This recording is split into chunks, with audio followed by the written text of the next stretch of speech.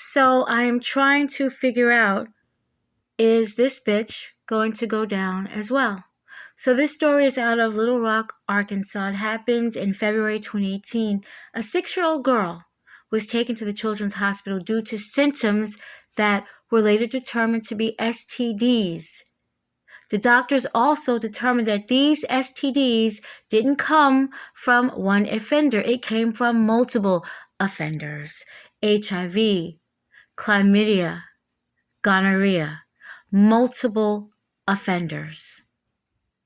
How does a 6-year-old little girl get an STD? Well, that's because she's being R-worded over and over again. Her mother's boyfriend, Demarcus George, some say that's her plug, somebody that she knew. However, she was very close to this child. He was so close to this child that this child referred to him as daddy. And to my knowledge, he was not. He would take her to a hotel along with one of his friends, Mario Waters, who this little girl also would call Uncle Mario, Uncle Red. This is what I've read. So these two men knew this little girl very well. More importantly, they knew her mother very well. Demarcus would also be paid by Mario Waters in order for him to be able to violate this child as well. Where was the mother, you asked, during all of this? I have no idea where this mother was, but I know one thing: she knew where her daughter was because she had used her credit card to pay for this hotel room. That is what the finances, when they did the detective work, they realized it was her credit card that paid for this room. This 6-year-old girl would tell the police she described the room to a T, a curtain in the bed, the pictures that was on the walls, everything. I also want to quickly add the STDs that Demarcus and Mario had were the same STDs that this 6-year-old girl was inflicted with. This is what the little girl did. She was 6 years old, and this little girl described the hotel room, the bed that was in the room, the curtain that was in the middle of the room, and the pictures that hang on the wall. Her mother, Beth Englade, she left an entire speech on her Facebook page, pretty much the woe is me. I didn't do nothing wrong. And she spoke about her own abuse, which had absolutely nothing to do of her literally pimping off her daughter. Now, I don't know if this was a DRUG exchange. I have no idea. Now, in this letter, she is saying that Demarcus was DVing her in the home, abusing her in the home, and she felt helpless and not worthy.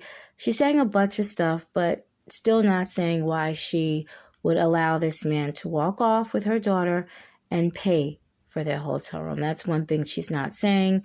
This post that she put on her Facebook page to vindicate her actions means absolutely nothing. She did it. And there's no way in hell she could not say she did not know that these two men was going to take this child to this hotel and do Lord knows what to her. And I'm just wondering, were these two the only men? But I do know they're the only men that have went down right now. So they were found, arrested, and prosecuted. And they both received life sentences, which was great. Mario Waters, he ended up being into some type of argument at the Terre Haute, Indiana jail where he was at, and he was murdered. So it just keeps getting better, right? Now, the only thing is, Beth is up now. Her and her woe is me story, when we know this is what you did. Beth, you paid for this hotel room so they could do this to your daughter. And it probably wasn't the first time. And I believe it solely wasn't the only men. I did read that there's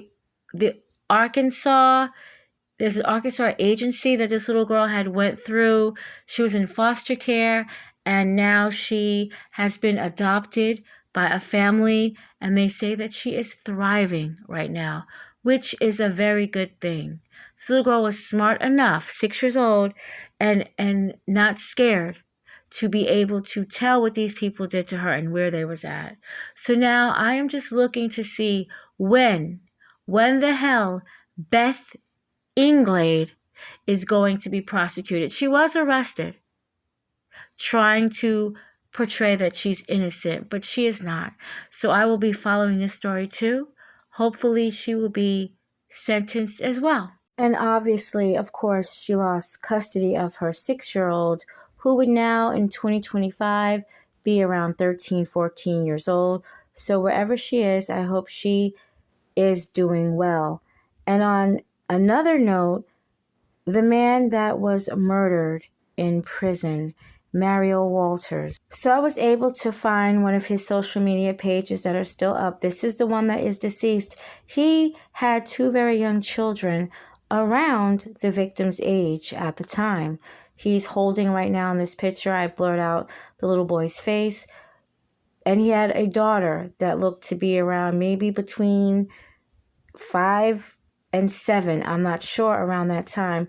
But it scares me, because if you were so willing to give a couple dollars to your homeboy to assault his girlfriend's 6-year-old daughter, what were you thinking? What did you want to do to your own children that now you were able to do it? Why was this even in your head? Why was this thought in your head? It's sick. It's really sick. But we know birds of a feather, they do flock together. But that's just disgusting.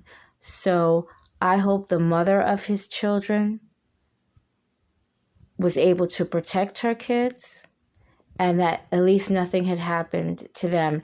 And I'm not really sure if Demarcus had any children, but the same thing goes for him. You don't leave your home to go into another home to assault a victim if that's what you want to do when you have children in your own home. So that just kind of really scares me a little bit. But definitely I'll be following the story out to make sure Beth is sentenced too, and she needs to be sentenced appropriately. This was her daughter.